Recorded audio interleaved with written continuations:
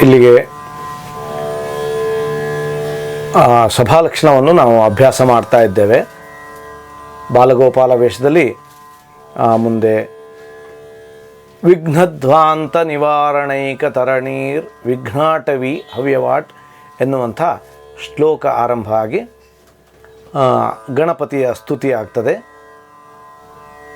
ಚೌಕಿಯಲ್ಲಿ ಗಜಮುಖದವಗೆ ಗಣಪಗೆ ಅನ್ನುವಂಥ ಪದ್ಯವನ್ನು ನಾವು 2ನೇ ಕಾಲದಲ್ಲಿ ಹೇಳಿದ್ದೇವೆ.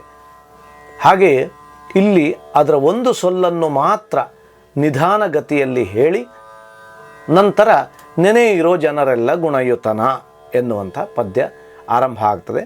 ಅಲ್ಲಿ ಪುನಃ ಬಾಲಗೋಪಾಲ ವೇಷದವರ ನೃತ್ಯವು ಆರಂಭವಾಗ್ತದೆ.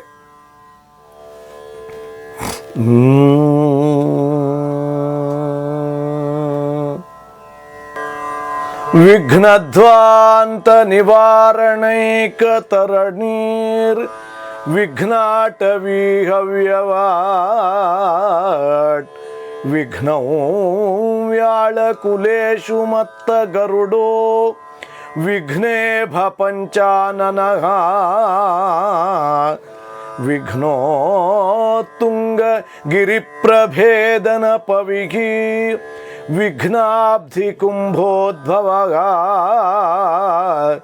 ವಿಘ್ನಾಘೌಘ ಘನ ಪ್ರಚಂಡ ಪವನೋ ವಿಘ್ನೇಶ್ವರ ಪಾತು ಮಾಂ.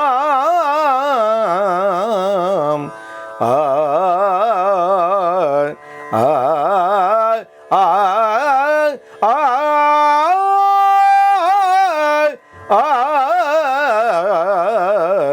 ಆ